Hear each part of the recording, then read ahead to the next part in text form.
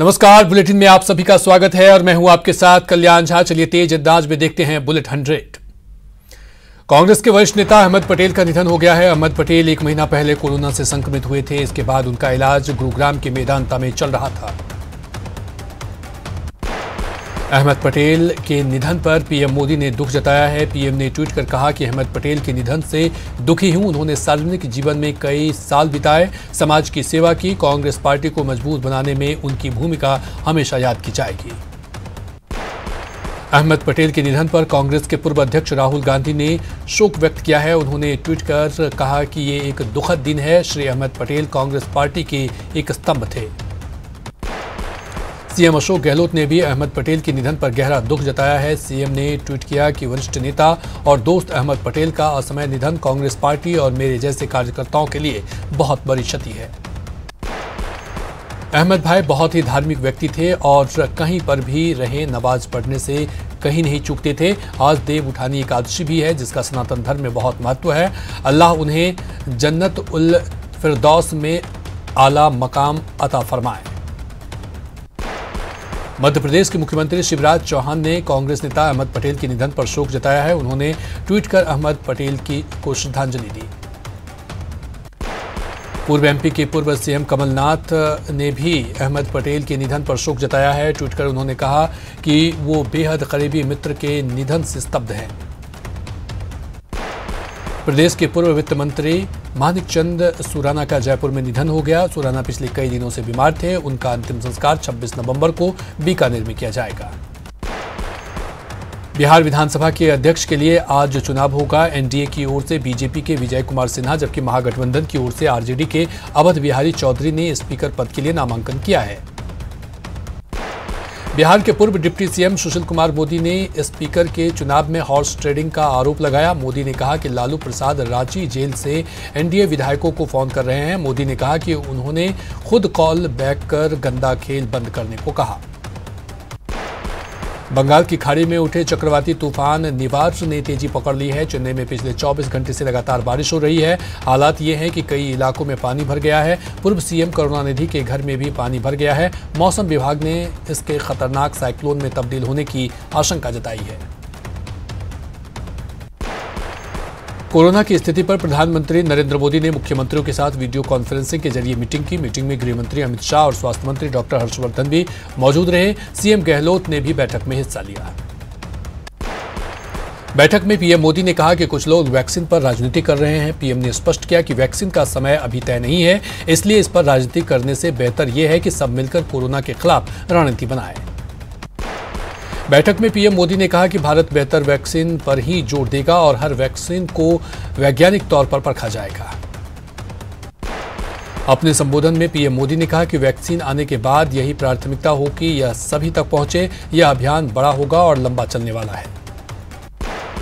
PM Modi ने मंगलवार को 8 राज्यों के सीएम के साथ वीडियो कॉन्फ्रेंसिंग के साथ बैठक की। इस दौरान सीएम गहलोत ने कहा कि प्रदेश में 100% आरटीपीसीआर टेस्ट हो रहे हैं और रोजाना 30,000 से ज्यादा टेस्ट हो रहे हैं। सीएम ने कहा कि प्रदेश में अस्पताल के इंफ्रास्ट्रक्चर को मजबूत किया गया है। सीएम ने कहा कि कोरोना को रोकने के लिए पटाखों पर प्रतिबंध और मास्क पर कानून भी बनाए गए। इस बीच परिवहन मंत्री प्रताप सिंह खाचरियावास ने कहा कि चुनावों की वजह से ही कोरोना ज्यादा फैला है। उन्होंने कहा कि सरकार चुनाव रुकवाने के लिए कोर्ट गई थी, लेकिन हाईकोर्ट और सुप्रीम कोर्ट ने कोई राहत नहीं दी। चिकित्सा एवं स्वास्थ्य मंत्री डॉक्टर रघु शर्मा ने आरयूएचएस अस्पताल का निरीक्षण किया। मंत्री ने अस्पताल में भर्ती मरीजों से उनका हाल जाना और उन्हें दी जा रही उपचार व्यवस्थाओं की भी जानकारी ली। देश में कोरोना मरीजों का आंकड़ा 92 लाख के पार पहुंच चुका है। पिछले 24 घंटा में कोरोना से 44,245 नए केस सामने आए। वहीं पिछले 24 घंटे में कोरोना से 489 लोगों की मौत हो गई है। इसके साथ ही कोरोना से मरने वालों का आंकड़ा 1,34,000 को पार कर गया है, जबकि पिछले 24 घंटे में 37,765 मरीज ठीक हुए हैं, जिसके बाद अब तक 86,41,000 मरीज कोरोना से रिकवर हो चुके हैं। मधुधरा में एक बार फिर कोरोना का विस्फोट हुआ है। प्रदेश में बीते 24 घंटों में 3,232 केस मिले हैं, जबकि 18 लोगों की कोरोना से मौत हो गई है। प्रदेश में कोरोना से मरने वालों का आंकड़ा 2,181 हो गया है। प्रदेश में कोरोना पॉजिटिव मरीजों का आंकड़ा 2,47,000 के पार पहुंच गया है। प्रदेश में अब 24,116 एक्टिव केस हैं, जबकि 2,20,000 से ज्यादा लोग ठीक होकर डिस्चार्ज हो गए हैं। कोटा में कोरोना से मौत का आंकड़ा लगातार बढ़ रहा है। मंगलवार को नए अस्पताल के कोविड वार्ड में 3 मरीजों की मौत हो गई, जिसके बाद जिले में कोरोना से मरने वालों का आंकड़ा 125 को पार कर गया है।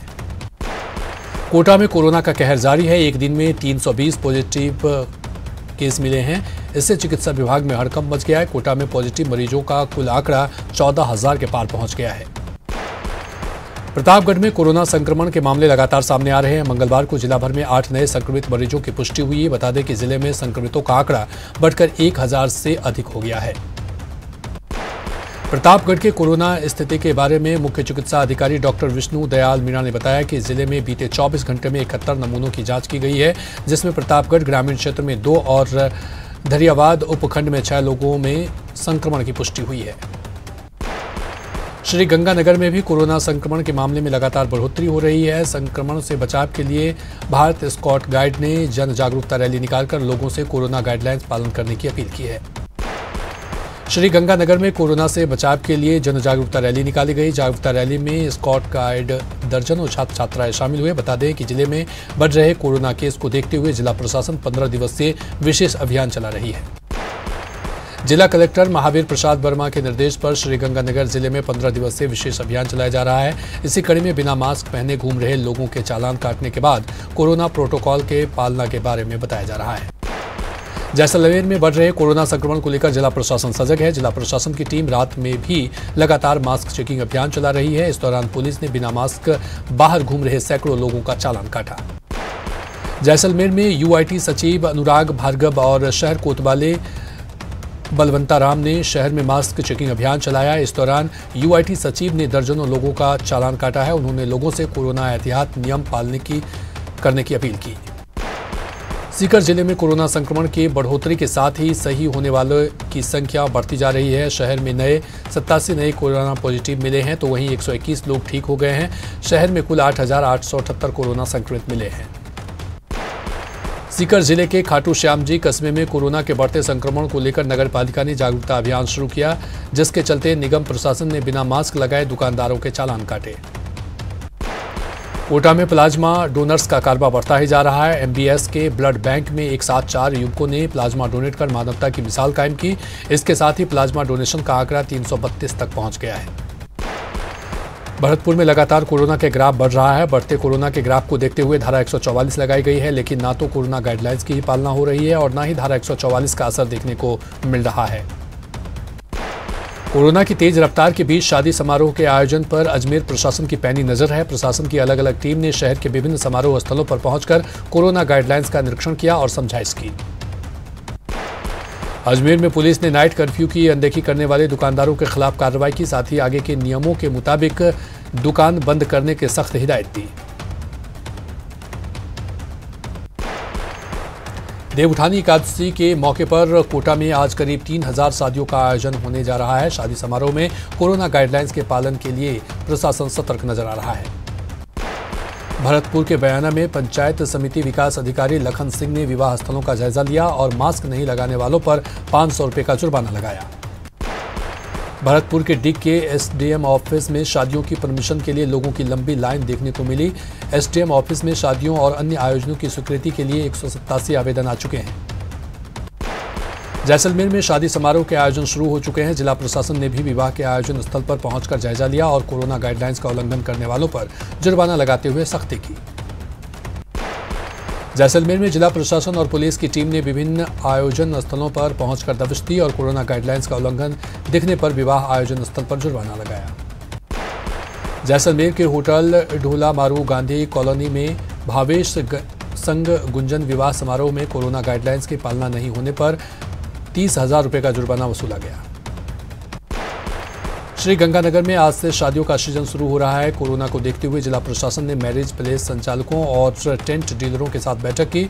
जिला कलेक्टर महावीर प्रसाद वर्मा और पुलिस अधीक्षक राजन दुष्यंत कोरोना गाइडलाइंस का सख्ती से पालन करने के निर्देश दिए। सीकर जिले के प्रसिद्ध आस्था धर्म खाटू श्याम जी में कोरोना की वजह से ऑनलाइन दर्शनों की व्यवस्था की गई है, लेकिन खाटू श्याम जी के स्थानीय निवासी इस व्यवस्था का दुरुपयोग करने में लगे हुए हैं।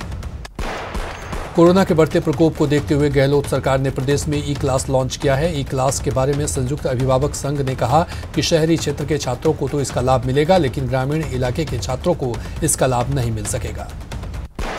चिकित्सा मंत्री रघु शर्मा और उनके पुत्र सागर शर्मा के कोरोना पॉजिटिव आने के बाद पुष्कर में कांग्रेस नेताओं और उनके समर्थकों में चिंता की लहर है। कांग्रेस नेताओं ने रघु शर्मा के स्वस्थ होने की कामना के साथ महामृत्युंजय जप किया। प्रदेश के 12 जिलों में 50 निकाय के चुनाव की तैयारियों में बीजेपी जुट गई है। बीजेपी ने पहले से ही चुनाव प्रभारी लगा दिए हैं और संबंधित जिला अध्यक्षों और स्थानीय जनप्रतिनिधि मंडल अध्यक्षों के जरिए प्रत्याशियों का फीडबैक लिए गए। प्रदेश में हो रहे पंचायती राज चुनाव में इस बार बीजेपी कांग्रेस के अलावा आरएलपी भी मजबूती से ताल ठोक रही है। मोदी सरकार के सहयोगी दल आरएलपी के संयोजक और नागौर से सांसद हनुमान बेनीवाल ने चुनावी जनसभाओं को कांग्रेस पर निशाना साधा।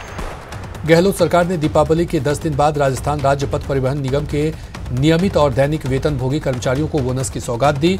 रोडवेज के नए सीएमडी राजेश्वर सिंह ने मंगलवार को इसके आदेश जारी कर दिए।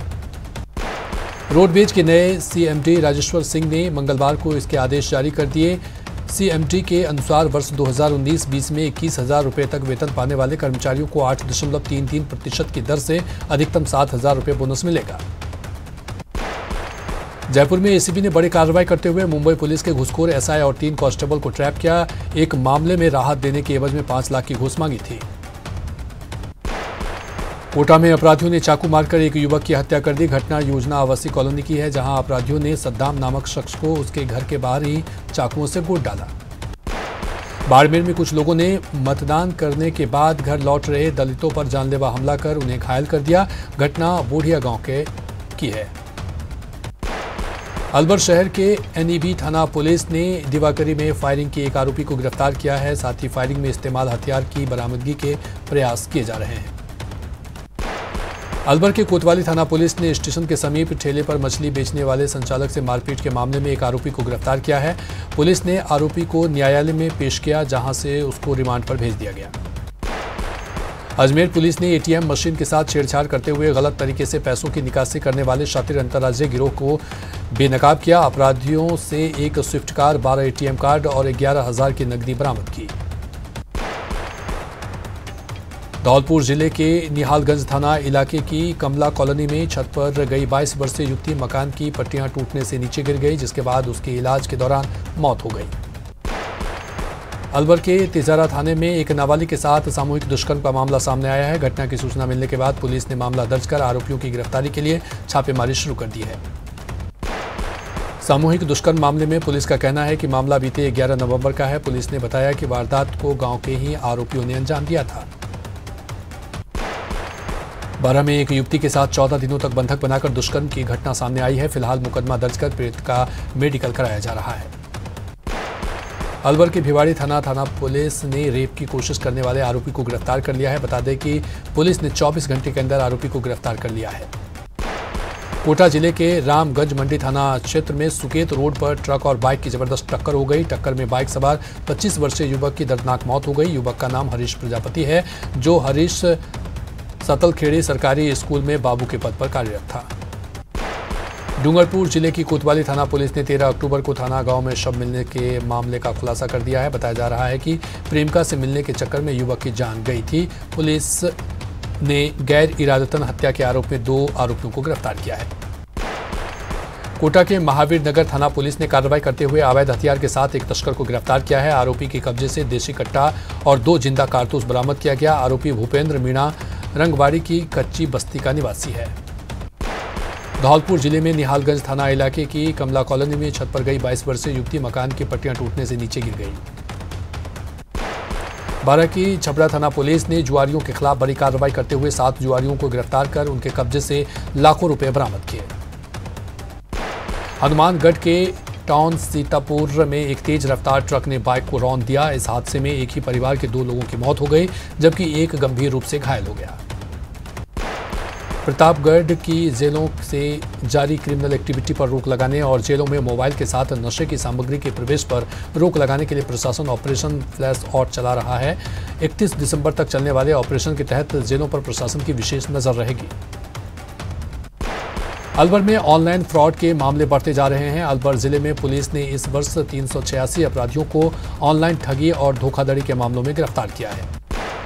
जैसलमेर के लाठी इलाके में कुत्तों ने हमला कर कुर्जा पक्षी को गंभीर रूप से घायल कर दिया। वन्यजीव प्रेमियों ने पक्षी को छुड़ाया और इलाज कराकर वन विभाग को सुपुर्द कर दिया। अलवर कोतवाली थाना के धोखाधड़ी कर 70,000 रुपये गबन करने के आरोप में 1 साल से फरार चल रहे आरोपी सुरेंद्र गुप्ता को गिरफ्तार कर लिया है। आरोपी की गिरफ्तारी जेल सर्किट इलाके से की गई है। कोटा में गुमानपुरा थाना पुलिस ने देसी कट्टा समेत एक बदमाश को गिरफ्तार किया। आरोपी की पहचान सुभाष नगर निवासी मोहम्मद इंसाफ के रूप में हुई है। पुलिस ने बताया कि गिरफ्तार बदमाश अवैध हथियार की खरीद फरोख्त भी किया करता था। हनुमानगढ़ के टाउन सीतापुर में एक तेज रफ्तार ट्रक ने बाइक को रौंद दिया। इस हादसे में एक ही परिवार के 2 लोगों की मौत हो गई।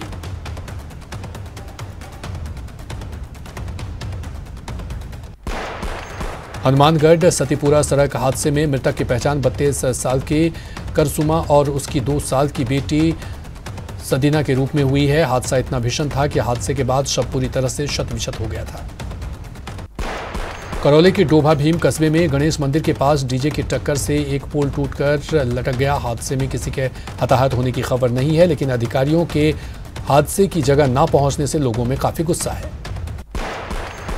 दौसा के कोटगांव के एक कुएं में एक अज्ञात व्यक्ति का शव मिला। युवक की उम्र करीब 40 वर्ष बताई जा रही है। कोटा में जमीनी विवाद के 2 साल बाद भरतराज की हत्या के आरोपियों को गिरफ्तार किया गया। पुलिस ने कुल 6 आरोपियों को गिरफ्तार किया है। इस मामले में झुंझुनू के सूरजगढ़ में अवैध शराब तस्करों पर पुलिस ने कार्रवाई की और 29 पेटी देशी शराब और बोलेरो जब्त किया, जो पंचायत चुनाव में खपाने के लिए लाई जा रही थी। और हेल्दी रहने के लिए सबसे जरूरी है दूध। शरीर में क्वालिटी, प्रोटीन और कैल्शियम के लिए जरूरी है दूध। तो पीजिए हर रोज 1 गिलास अमूल दूध। Stay home, stay fit. रुकेंगे एक छोटे से ब्रेक के लिए।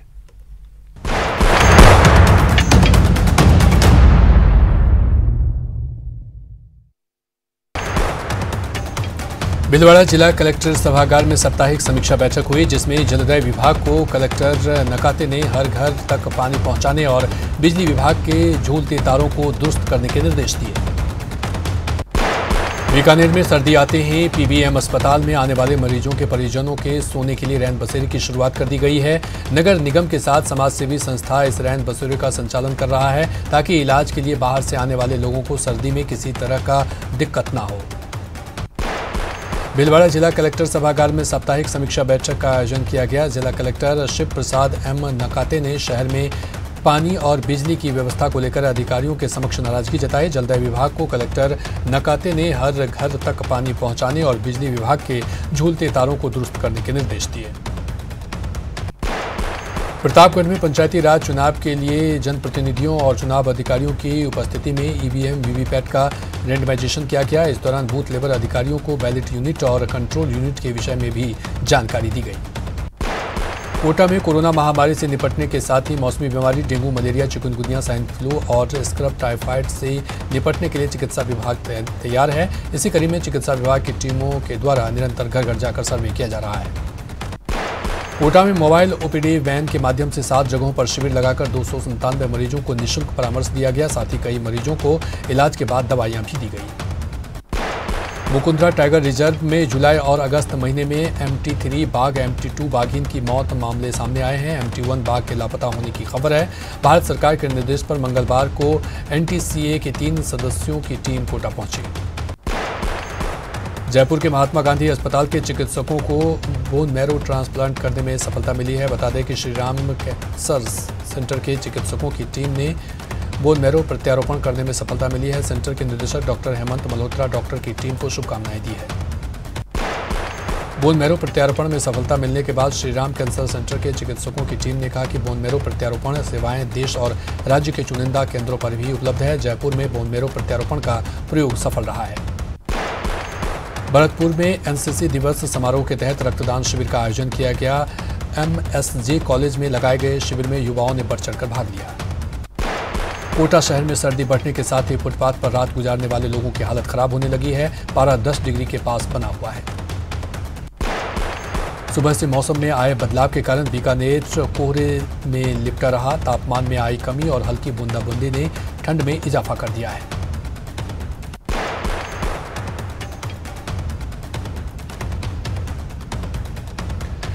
भरतपुर में देव उठानी एकादशी को लेकर उत्साह बना हुआ है। देव उठानी एकादशी पर बाजार में गन्ने की खूब बिक्री हो रही है। आज से ही मांगलिक कार्यों का भी शुभारंभ हो रहा है। आज तुलसी विवाह का भी आयोजन किया जा रहा है। करौली की पहाड़ी पर स्थित अंजनी माता के मंदिर पर भरने वाला एकादशी मेला इस बार निरस्त कर दिया गया है और 2 दिन के लिए मंदिर के पट भी बंद कर दिए गए हैं। हालांकि मंदिर के पट बंद होने से उन्हें माता के दर्शन नहीं हो सके। इससे मंदिर पर पहुंचे श्रद्धालुओं को निराशा हुई। आज देवोत्थान एकादशी है। इस मौके पर वाराणसी के गंगा घाटों पर पवित्र स्नान के लिए श्रद्धालुओं की भीड़ उमड़ी। लोगों ने गंगा में आस्था की डुबकी लगाई।